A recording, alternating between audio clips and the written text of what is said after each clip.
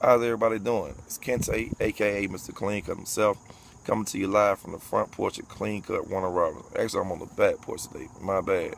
Back here with the trash and the rubbish and all the other stuff nobody wants. I relate to all this stuff because this is where I came from. People see the glory, but they don't know the story. I think about all the adversity that I had to go through in order to embark on this journey to greatness, and it's just amazing to me that if I would have known I would have had to go through all this stuff just to get here and say that I've been here 4 years, it just be, I wouldn't have did it. That's no lie, no joke. I mean, people that set up, they didn't wrote blogs about me, they didn't bash my kids, they didn't talk about me, my lady, just, man, people have drugged me through the mud, but it's amazing because I feel like Antoine Fisher. I'm still here. I had to have an LOL moment because I just think about where God brought me from. Because people, they sit up there and they bash me, they talk about me, they try to take down my dream. Most of them don't even have dreams of their own. And then most of them never even met me, shook my hand, touched me, even breathed the same air as I have. But they sit up here and they listen to what somebody else told them about me. I mean, go figure. It's just like, if you look at whatever the quality or the character of the person that's telling you the stuff about me and what they're doing in life and measure it up to what I'm doing and what God is using me to do, I mean, you should be able to make an educated decision on yourself. But what I think it is that people see the glory and they don't know the story. They don't know that Klean Kut was born in the back of a 1992 Mercury Grand Marquis. They don't know that all I had was 2 bags of clothes and a box of shoes in that Marquis. How I used to park in the Walmart parking lot and throw bags of clothes on top of me so no one would know I was in there and try to shoot me or rob me just because. No one knows about how I printed up those flyers on CGTC paper, even though I wasn't supposed to. All them unauthorized prints where I go knock door to door with computer flyers. I'm talking about like an 8x10 piece of white paper, a blank piece of paper saying, I cut hair. Saying if you have $20, I cut everybody in hair. Go ask all them boys in Bloomfield about me. They remember those days. No one knows about how I had to sell my truck in order to get the money. I sold my truck for $1,800. They don't know that I had to take that $1,000, put it down on top of put it on the Klean Kut month period, take the other $800, give it a CMD fund, and put my face on the side of the wall. They don't know about the times I had to pawn my car tires just to get the commercials done. How I used to have to sit up there. None of my barbers had cars. I used to go around like a carpool and pick them all up one by one. How I was giving them the first week free and start them off at $5 and let them build up $5 on top of it. No one knows I used to have to sit up there and pray with those guys. The guidance that I gave these people, the direction I put them in.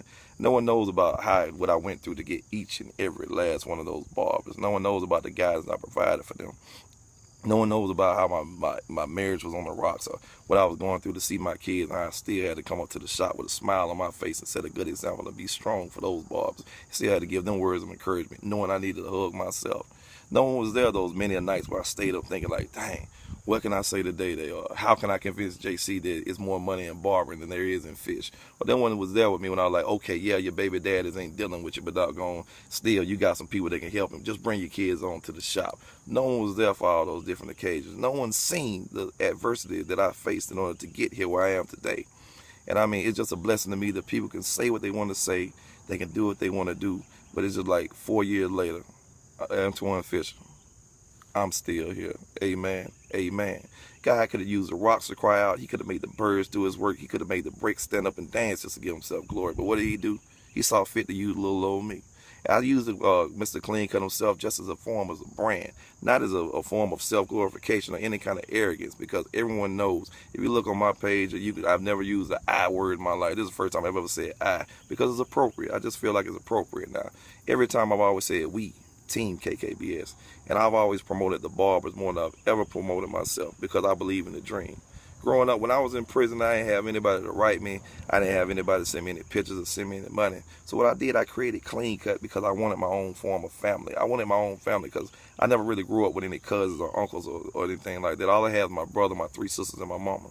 So I wanted some extended family. That's the whole reason why I created Klean Kut, to create the brotherhood, to create the sisterhood, the family, to bring us all together so black people can rise up just like the Indians do at the gas stations. I mean, I set these shops up and I sell them. I make people's lives better. I make a difference. I do things like change the world one head at a time. And until you can understand that, I don't really think anyone could pass judgment. I don't even think anybody could really speak on it if they weren't there when I was going through those trials and tribulations. Amen. Amen. Enough about the ranting and raving. Y'all come down on here, celebrate with me 4 years. Still holding strong. We're on the corner of, North House and Alberta Road out here in Warner Robins, 678-570-2813. Team KKBS. Y'all come on down here. Feel free to join the movement. Amen.